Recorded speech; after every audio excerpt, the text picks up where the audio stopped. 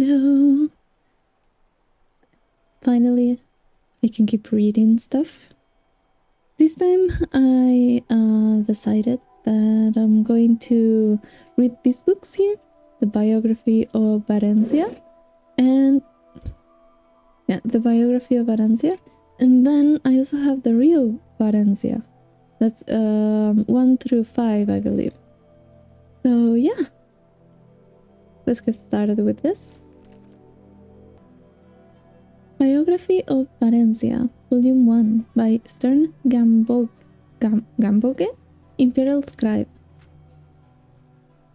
Late in the Second Era, a girl child, Barenziah, was born to the rulers of the Kingdom of Morholt, in what is now the Imperial Province of Morrowind. She was reared in all the luxury and security befitting a royal dark elven child, until she reached 5 years of age. At that time, His Excellency Tiber Septim I, the first Emperor of Tamriel, demanded that the decadent rulers of Morrowind yield to him and institute imperial reforms. Trusting to their vaunted magic, the Dark Elves impudently refused until Tiber Septim's army was on the borders. An armistice was hastily signed by the now eager Dunmer, but not before there was several battles, one of which laid waste to Morholt, now called Almalexia. Little Princess Barenziah and her nurse were found among the wreckage. The Imperial General Symmachus, himself a dark elf, suggested to Tiber Septim that the child might someday be valuable, and she was therefore placed with a loyal supporter who had recently retired from the Imperial Army. Sven Advensen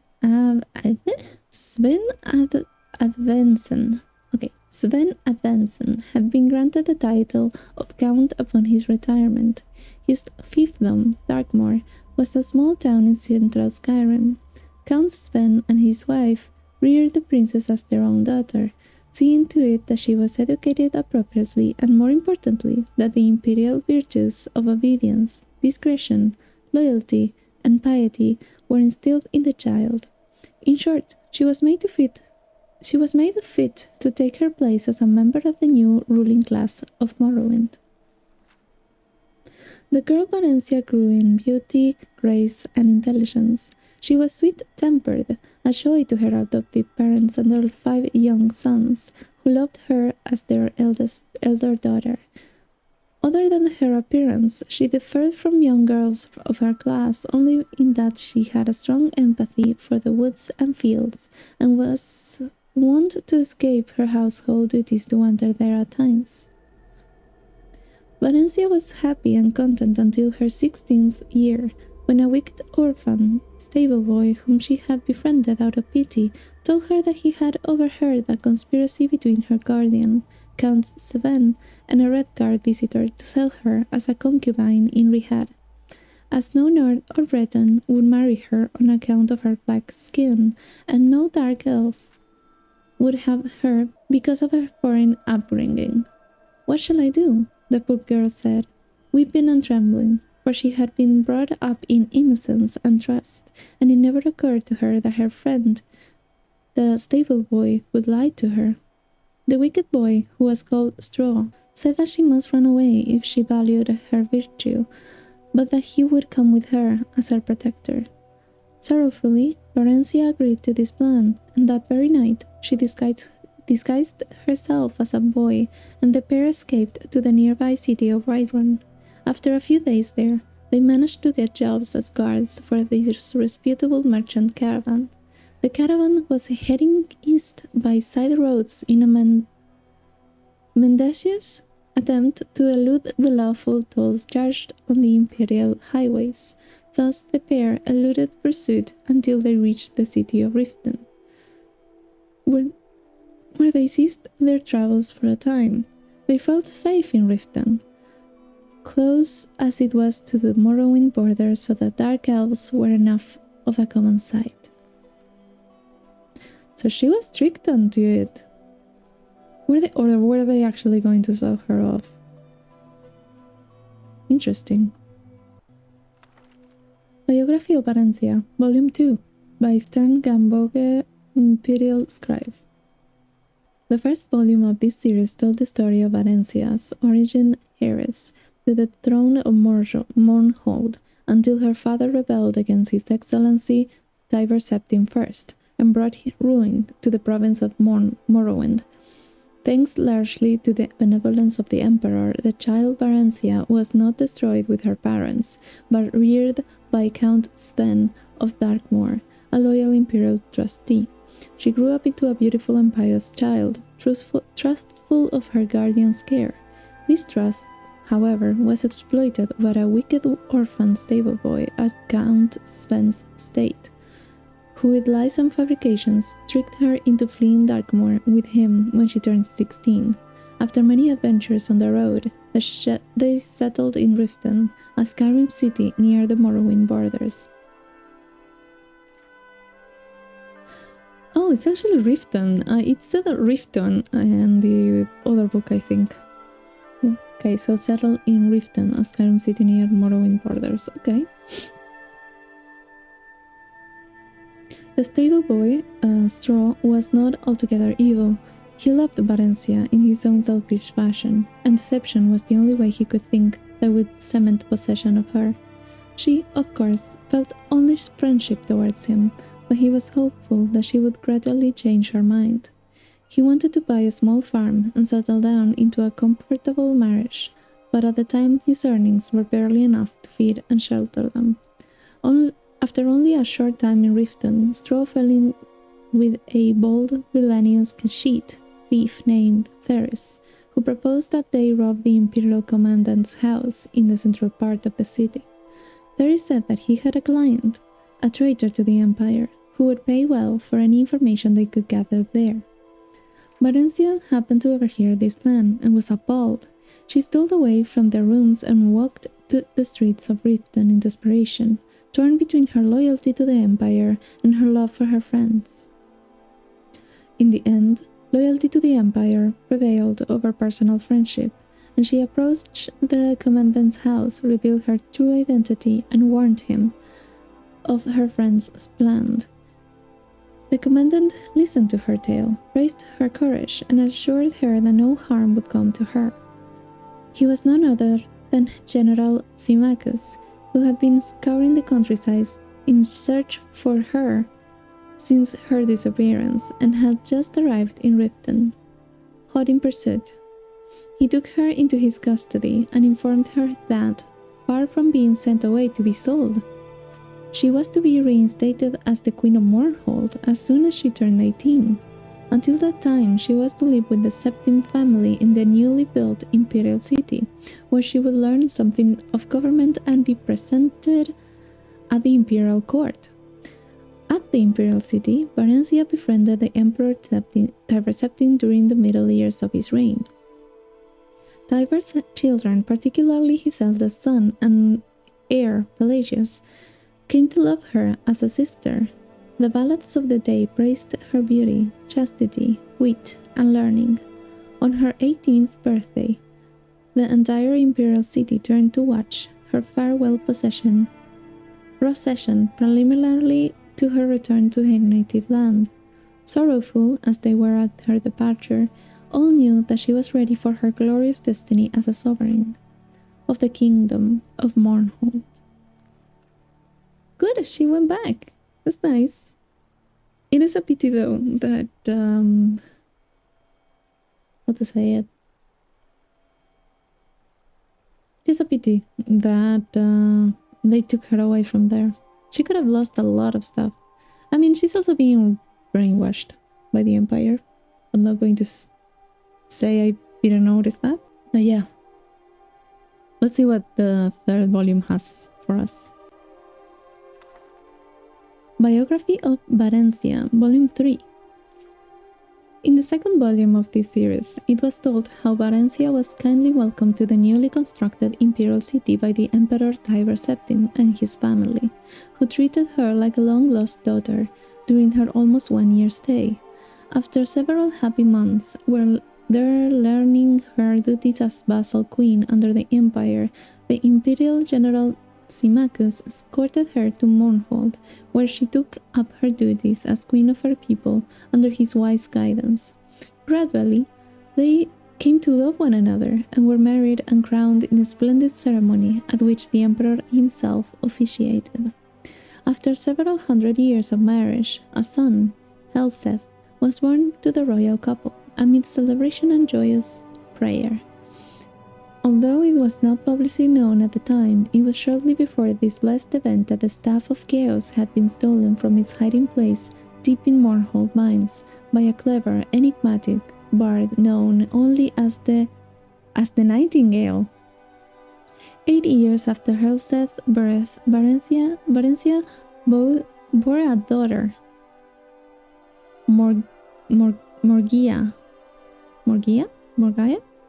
named after Symmachus' mother, and the royal couple's joy seemed complete. Alas, shortly after that, relations with the empire mysteriously deteriorated, leading to much civil unrest in Mournhold. After fruitless investigations and attempts at reconciliation, in despair, Barenziah took her young children and traveled to the imperial city herself to seek the ear of then-Emperor Uriel VII. Symmachus remained in Mournhold to deal with the grumbling peasants and annoyed nobility, and do what he could to stave off an impending insurrection. During her audience with the emperor, Barenziah through her magical arts, came to realize to her horror and dismay that the so-called emperor was an impostor, none other than the bard Nightingale who had stolen the Staff of Chaos. Exercising great self-control, she concealed this realization from him. That evening, news came that Symmachus had fallen in battle with the revolting peasants of Mournhold and that the kingdom had been taken over by rebels. Barenziah, at this point, did not know where to seek help or from whom. The gods, that fateful night, were evidently looking out for her, as if in redress of her loss. King Eadwair of High Rock, an old friend of Uriel VII and Symmachus, came by on a social call. He comforted her, pledged his friendship, and furthermore confirmed her suspicions that the emperor was indeed a fraud and none other than Jagar Tharn, the imperial mage, and one of the Nightingale's many alter egos. Tharn had supposedly retired into seclusion from public work and installed his assistant, Rhea Silmain, in his stead. The hapless assistant was later put to death under mysterious circumstances. Supposedly a plot implicating her had been uncovered, and she had been summarily executed. However, her ghost had appeared to Eadwair in a dream and revealed to him that the true emperor had been kidnapped by Tharn and imprisoned in an alternate dimension. Tharn had then been used to the staff. Tharn had then used the Staff of Chaos to kill her when she attempted to warn the Elder Council of his nefarious plots. Together, Eadwair and Barenziah plotted to gain the false emperor's confidence. Meanwhile, another friend of Rhea's, known only as the Champion, who apparently possessed great, albeit then untapped, potential, was incarcerated at the Imperial dungeons. However, she had access to his dreams, and she told him to bide his time until she could devise a plan that would effect his escape. Then he could begin on his mission to unmask the impostor. Barenziah continued to charm, and eventually befriended the Ersatz emperor. By contriving to read his secret diary, she learned that he had broken the Staff of Chaos into 8 pieces, and hidden them in far-flung locations scattered across Tamriel. She managed to obtain a copy of the key to Rhea's friend's cell and bribed a guard to leave it there as if by accident. Their champion, whose name was unknown even to Barenziah and Eadwair, made his escape through a shift gate Rhea had opened in an obscure corner of the Imperial dungeons using her already failing powers. The champion was free at last, and almost immediately went to work. It took Barenziah several more months to learn the hiding places of all 8 staff pieces through snatches of overheard conversations and rare glances at Tharn's diary. Once she had the vital information, however, which she communicated to Rhea forthwith, who in turn passed it on to the champion she had. Edwire lost no time. They fled to Wayrest, his ancestral kingdom in the province of High Rock, where they managed to fend off the sporadic efforts of Tharn's henchmen to hold them back to the Imperial City, or at the very least, obtain revenge. Tharn, whatever else might be said of him, was no one's fool, save perhaps Barenziah's, and he concentrated most of his efforts towards tracking down and destroying the champion. As all know now, the courageous, indefatigable, wow, that's the first time I read that word, and forever nameless champion was successful in reuniting the 8 sundered pieces of the Staff of Chaos with it. He destroyed Tharn and rescued the true Emperor, Uriel Septim VII. Following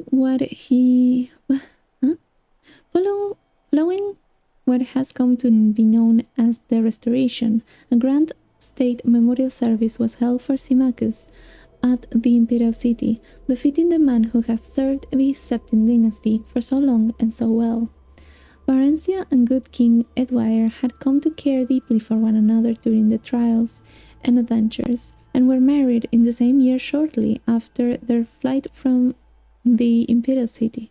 Her 2 children from her previous marriage with Symmachus remained with her, and a regent was appointed to rule Mournhold in her absence. Up to the present time, Queen Barenziah has been in Wayrest with Prince Helseth and Princess Morgia? Oh god. She plans to return to Mournhold after Edwire's death, since he was already elderly when they wed. She knows that event, alas, could not be far off as the elves reckon time. Until then, she shares in the government of the kingdom of Wayrest with her husband, and seems glad and content with her family, finally quiet and happily unremarkable life. Interesting. Kind of had a good ending, like a happy one. It is kind of a pity that her first husband had to die. That's something I don't really like. He didn't deserve that. Now, I want to see the difference with this, the Real Barenziah. This seems to be a longer one. That was pretty short, like 5-6 minutes each book. Now I need to know what this is about, if there's any difference. Okay, The Real Barenziah, Volume 1, Anonymous. 500 years ago in Mournhold, city of gems, there lived a blind widow and her only child, a tall, strapping young man. He was a miner, as was his father before him, and common laborer in the mines of the Lord of Mournhold, for his ability in magicka was small. The work was honorable, but paid poorly. His mother made and sold cranberry cakes at the city market to help eke out their living. They did well enough, she said. They had enough to fill their bellies. No one could wear more than one suit of clothing at a time, and the roof leaked only when it rained. But Symmachus would have liked more. He hoped for a lucky strike at the mines, which would garner him a large bonus. In his free hours he enjoyed hosting a mug of ale in the tavern with his friends, and gambling with them at cards. He also drew the eyes and sighs of more than one pretty elven lass, although none held his interest for long. He was the typical young dark elf of peasant descent, remarkable only for his size. It was rumored that he had a bit of Nordic blood in him. In Symmachus' 30th year, there was a great rejoicing in Mournhold. A girl child had been born to the lord and lady. A queen, the people sang, a queen is born to us. For among the people of Mournhold, the birth of a heiress is a sure sign of future peace and prosperity. When the time came round for the royal child's rite of naming, the mines were closed and Symmachus dashed home to bathe and dressed in his best. A straight home and tell you all about it, he promised his mother, who would not be able to attend. She had been ailing, and besides, there would be a great crush of people, as all Mournhold turned out to be part of the blessed event, and being blind, she would be unable to see anything anyways. "My son," she said, "afore you go, fetch me a priest or a healer, else I may pass from the mortal plane ere you return." Symmachus crossed to her pallet at once and noted anxiously that her forehead was very hot and her breathing shallow. He pried loose a slat of the wooden floor under which their small hoard of savings was kept. There wasn't nearly enough to pay a priest for healing. He would have to give what they had, and know the rest. Symmachus snatched up his cloak and hurried away. The streets were full of folk running to the sacred grove, but the temples were locked and barred. "Closed for the ceremony," said all the signs. Symmachus elbowed his way through the mob and managed to overtake a brown-robed priest. "After the rite, brother," the priest said. "If you have gold, I shall gladly attend to your mother. My lord has bidden all clerics attend, and I, for one, have no wish to offend him." "My mother's desperately ill," Symmachus pled. "Surely my lord will not miss one lowly priest." "True, but the arcanon will," the priest said nervously, tearing his robe loose from Symmachus' desperate grip and vanishing into the crowd. Symmachus tried other priests, and even a few mages, but with no better result. Armored guards marched through the street and pushed him aside with their lances, and Symmachus realized that the royal procession was approaching. As the carriage bearing the city rulers drew abreast, Symmachus rushed out from the crowd and shouted, my lord, my mother is dying." "I forbid her to do so on this glorious night," the lord shouted, laughing and scattering coin into the throng. Symmachus was close enough to smell wine and the royal breath. On the other side of the carriage, his lady clutched the babe to her breast and stared slit-eyed at Symmachus. Her nostrils flared in disdain. "Guards," she cried, "remove this oaf."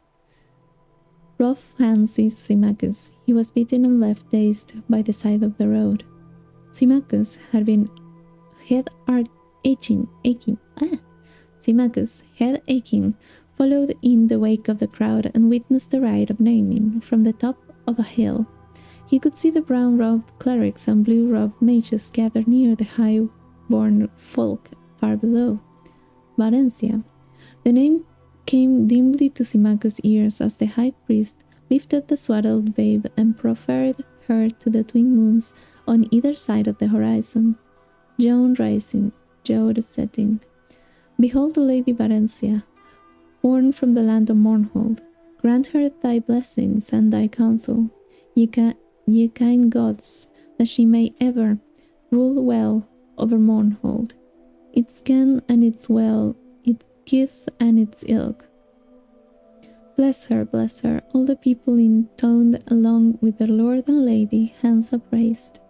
Only Symmachus stood silent, head bowed, knowing that in his heart that his dear mother was gone, and in silence he swore a mighty oath that he should be his lord's bane, and in vengeance for his mother's needless death, that child, Barenziah, he should have for his own bride, and that his mother's grandchildren should be born to rule over Mournhold. Interesting! Oh, that's interesting. I wanted to know more about him. He didn't disappoint, man. And he continues. Oh, I was about to close the book. After the ceremony, he watched impassively as the royal procession returned to the palace. He saw the priest, to whom he had first spoken. The man came gladly enough now in return for the gold Symmachus had, and a promise of more afterwards. They found his mother dead. The priest sighed and tucked the pouch of gold coins away. "I'm sorry, brother. It's all right. You can forget the rest of the gold. There's aught I can do here. Likely, give me back my money." Symmachus snarled. "You have done enough to earn it." He lifted his right arm threateningly. The priest backed away, about to utter a curse, but Symmachus struck him across the face before more than 3 words had left his mouth. He went down heavily, striking his head sharply on one of the stones that formed the fire pit. He died instantly. Symmachus snatched up the gold and fled the city. As he ran, he muttered one word over and over, like a sorcerer's chant. Barenziah, he said. Barenziah, Barenziah. This is good. This is engaging. I'm liking this story a lot. The priest kind of deserved it, honestly. He did say that there was someone in danger and they all preferred to attend the ceremony just to be, I don't know, good in the eyes of someone else that it's not really important to be there. They don't need you there. You're not going to do anything. You're just standing up looking at stuff. Barenziah stood on one of the balconies of the palace, staring down into the courtyard where soldiers milled, dazzling in their armor. Presently they formed into ordered ranks and cheered as her parents, the lord and lady, emerged from the palace, clad from head to toe in ebony armor, long purple dyed fur cloaks following behind. Splendidly caparisoned, shining black horses were brought for them, and they mounted and rode to the courtyard's gate and turned to salute her. Barenziah, they cried. Barenziah, our beloved, farewell. The little girl blinked back tears and waved one hand bravely. Her favorite stuffed animal, a grey wolf cub, she was called Wuffen, clutched to her breast with the other. She had never been parted from her parents before, and had no idea what it meant, save that there was a war in the west, and the name Tiber Septim was on everyone's lips, spoken in hate and dread. Barenziah, the soldiers cried, lifting the lances and swords and bows. Then her dear parents turned and rode away, knights trailing in their wake, until the courtyard was nearly emptied. Sometime after came a day when Barenziah was shaken awake by her nurse, dressed hurriedly and borne from the palace. All she could remember of that dreadful time was seeing a huge shadow with burning eyes filling the sky. She was passed from hand to hand. Foreign soldiers appeared, disappeared, and sometimes reappeared. Her nurse vanished and was replaced by strangers, some more strange than others. There were days, or it may have been weeks, of travel. One morning she awoke to step out of the coach into a cold place with a large grey stone castle in it, amid empty, endless grey-green hills, covered patchily with grey-white snow. She clutched Wuffen to her breast in both hands, and stood blinking and shivering in the grey dawn, feeling very small and very dark in all this endless space, this endless grey-white space. She and Hannah, a brown-skinned, black-haired maid, who had been travelling with her for several days, went inside the keep. A large great-white woman with icy grey golden hair was standing by a hearth in one of the rooms. She stared at Barenziah with dreadful, bright blue eyes. "She's very black, isn't she?" the woman remarked to Hannah. "I've never seen a dark elf before." "I don't know much about them myself, my lady," Hannah said, "but this one's got red hair and a temper to match, I can tell you that. Take care, she bites, and worse." "They're really being pieces of shit." "I'll soon try her out of that," the other woman sniffed. "And what's that filthy thing she's got? Ugh." The woman snatched Wuffen away and threw him into the blazing hearth. "No, Wuffen!" Barenziah shrieked and would have flung herself after him, but was held back despite her attempts to bite and claw at her captors.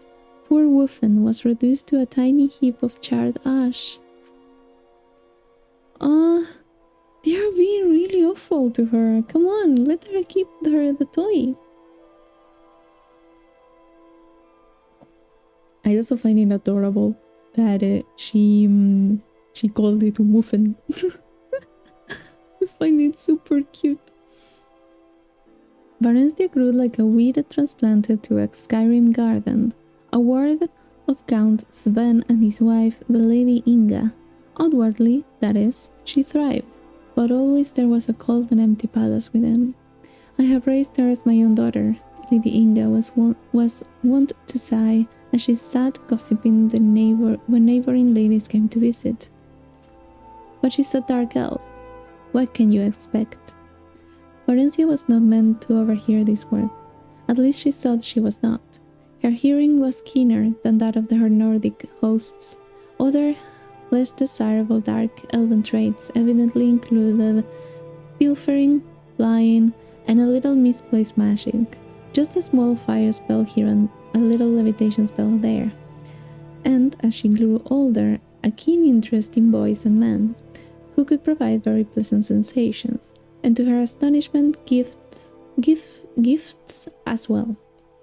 Inga disapproved of this last for reasons incomprehensible to Barenziah, so she was careful to keep it as secret as possible.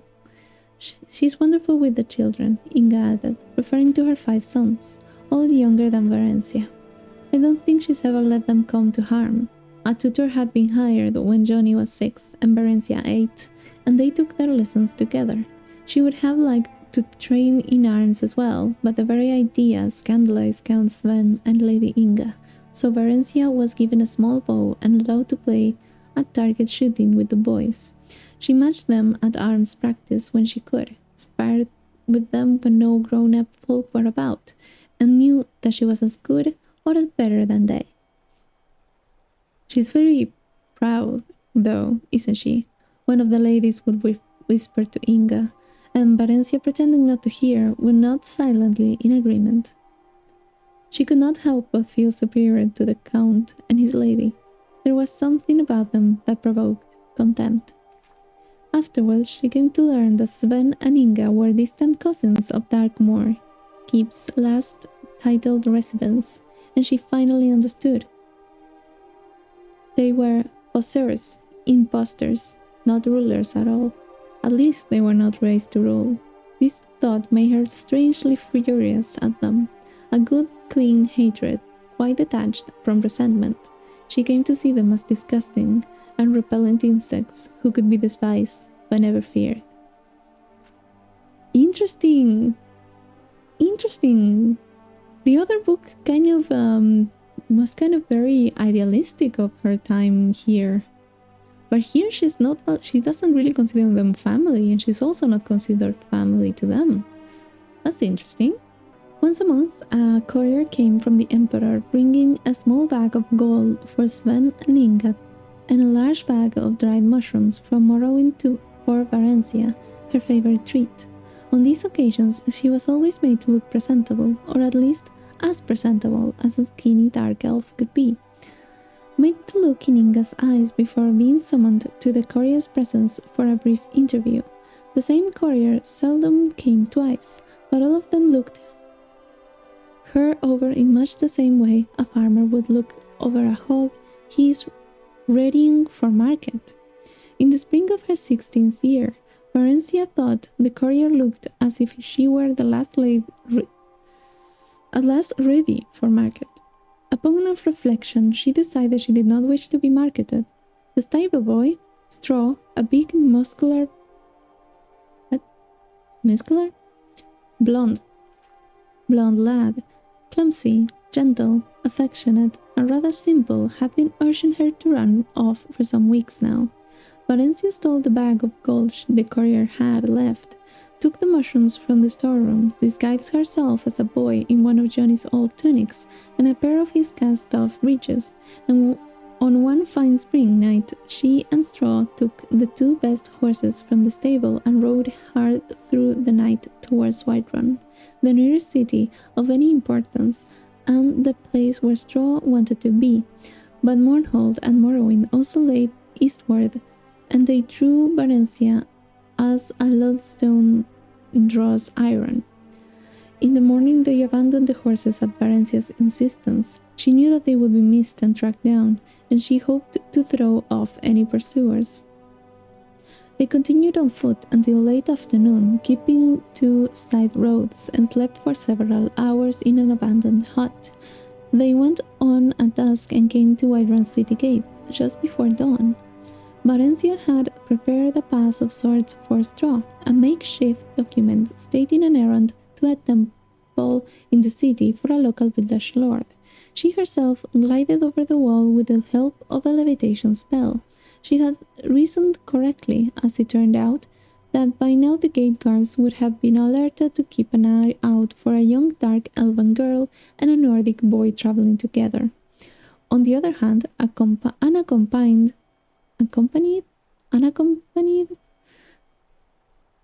country yokels like Straw were a common enough sight.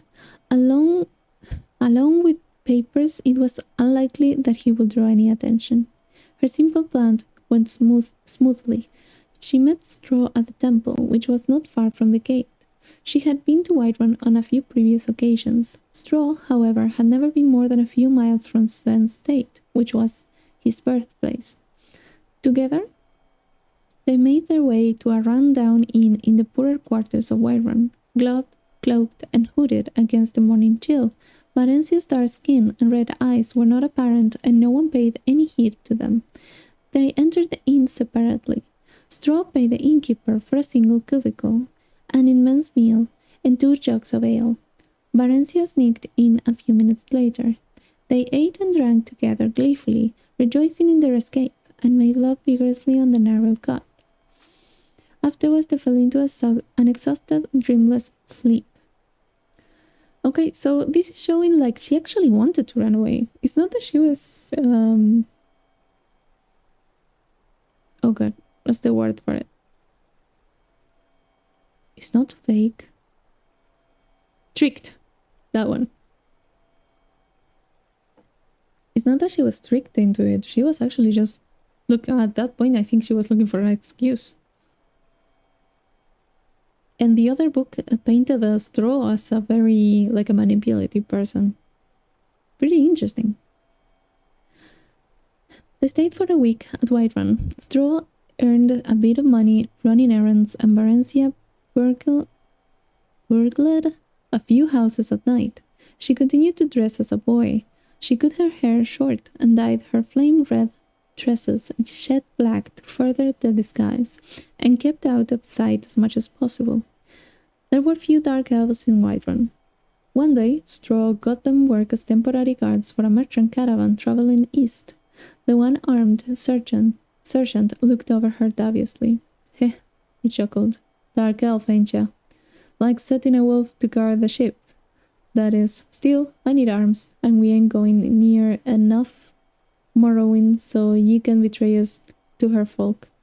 Our homegrown bandits would as fain cut your throat as mine. The sergeant turned to give Straw an appraising look. Then he spun back abruptly towards Barenziah, whipping out his short sword. But she had her dagger out in the twinkling of an eye and was in a defensive stance. Straw drew his own knife and circled around to the man's rear. The sergeant dropped his blade and chuckled again. Not bad, kids, not bad. How are ye with yon bow, dark elf? Barenziah demonstrated her prowess briefly. Hey, not bad, all. And ye'll be king of I by night, boy, and of hearing tall of times. A trusty dark elf makes as good a fighting man as any could ask for. I know. I served under Symmachus himself afore. I lost this arm and got invalided outer the Emperor's army. We could betray them. I know folk who would pay well, Straw said later as they bedded down for the last night and the ramshackle lodge.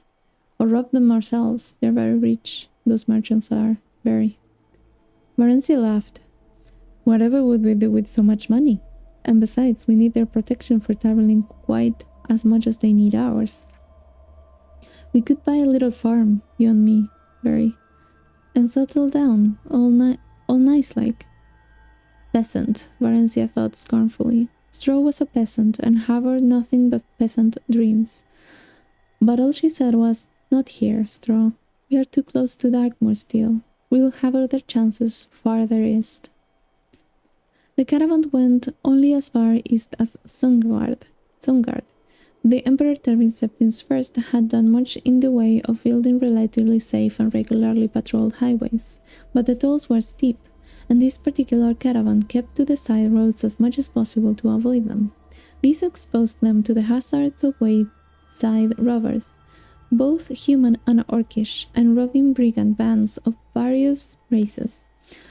But such were the perils of trade and profit. They had 2 such encounters before reaching Sungard. An ambush which Barenziah's keen ears warned them of plenty of time for them to circle around and surprise the lurkers, and a night attack by a mixed band of Khajiit, humans and wood elves. The latter were a skilled band, and even Barenziah did not hear them sneaking up in time to give such warning. This time, the fighting was fierce. The attackers were driven off, but 2 of the caravan's other guards were slain, and Straw got a nasty cut on his thigh before he and Barenziah managed to gash his Khajiit assailant's throat. Barenziah rather enjoyed the life. The garrulous sergeant had taken a liking to her, and she spent most of her evenings sitting around the campfire listening to his tales of campaigning in Morrowind with Tarver Septim and General Symmachus. This Symmachus had been made general after Mournhold fell.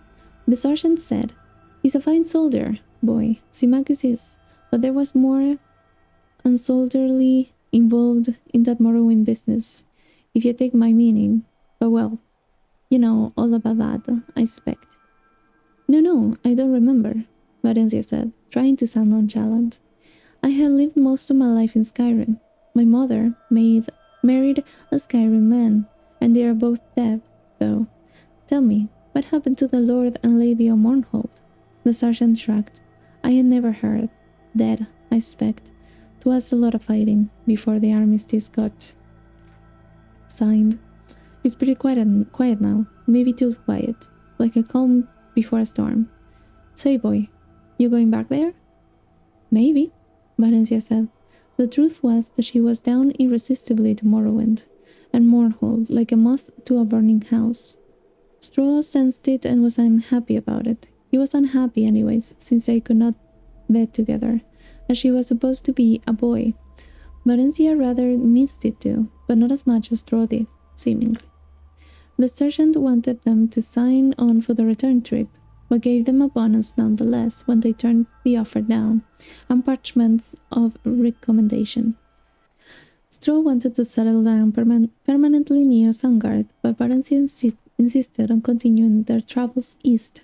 "I am the Queen of Mournhold by rights," she said, unsure whether it was true, or was it just a daydream. She had made up as a lost, bewildered child. "I want to go home. I need to go home." That at least was true.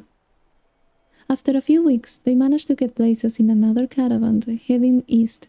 By early winter, they were at Riften and nearing the Morrowind border, but the weather had grown severe as the days passed, and they were told no merchant caravans would be setting forth till mid-spring.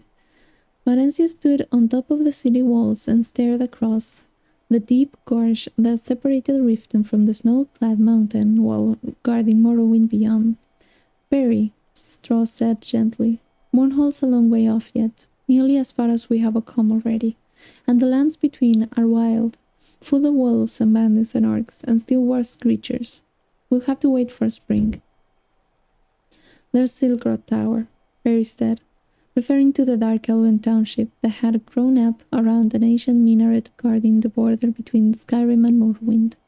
"The bridge guards won't let me across, Barry. They are crack Imperial troops. They can't be bribed. If you go alone.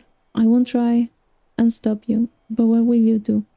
Silgrot Tower is full of Imperial soldiers. Will you become a washing woman for them? Or a camp follower?" "No," Barenziah said slowly, thoughtfully. Actually, the idea was not entirely unappealing. She was sure she could end a modest living by sleeping with the soldiers. She had had a few adventures of that sort as they crossed Skyrim, when she had dressed as a woman and slipped away from Straw. She had only been looking for a bit of variety. Straw was a sweet but dull man. She had been startled, but extremely pleased, when the men she picked up offered her money afterwards. Straw had been unhappy about it, though, and would shout for a while, then sulk for days afterwards if he caught her at it. He was quite jealous. He would even threaten to leave her, not that he ever did, or could.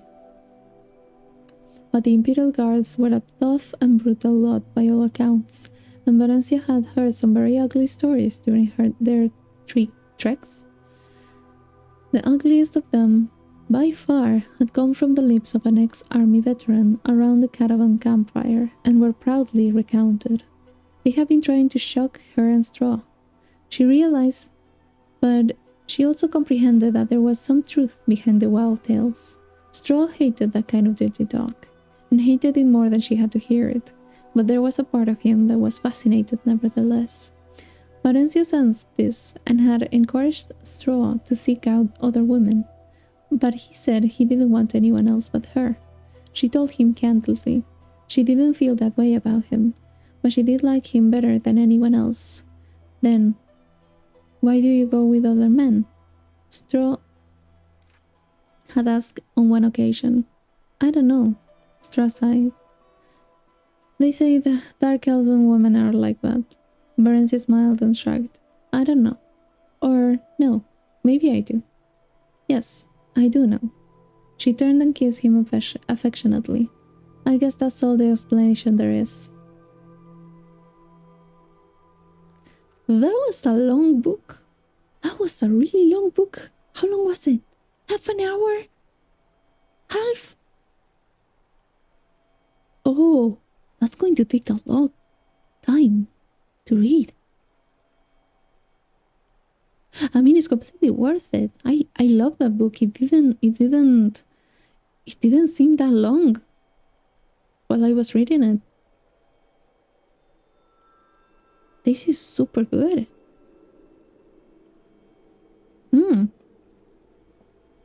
I like it. It's kind of turning the tables a lot. I was going to say a little bit. So difference with the other one, with the one over here, the Biography of Barenziah. This one actually shows her as she doesn't want to be where she is, right? She did not want to stay with the Count. She didn't feel part of the family, and the family was constantly kind of pretty negligent of her too.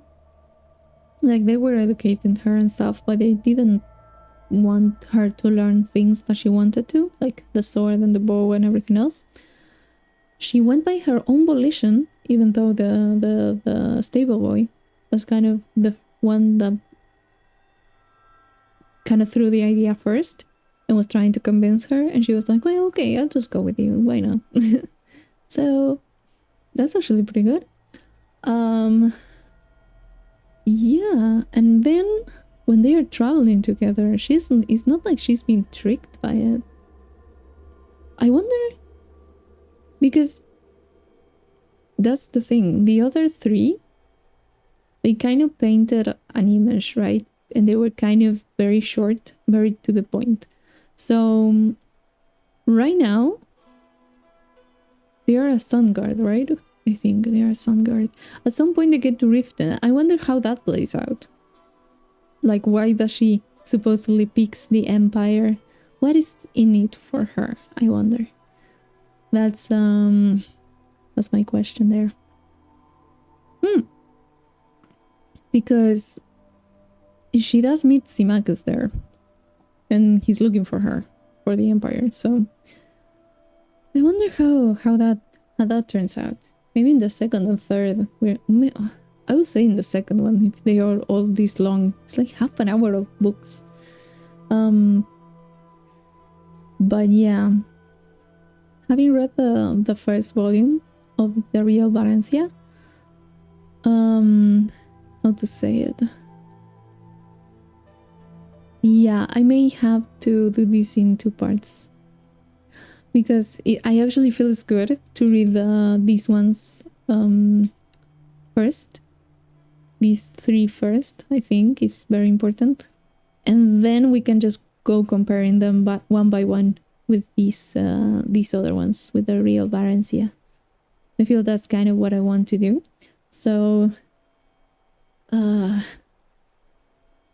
yeah, I may have to cut in 2 parts. I mean, it's kind of the same story, so I don't think it's going to be that bad. But yeah, I'll have to leave it here for today. So goodbye, bye bye. I look forward to keep reading the Real Barenziah next time.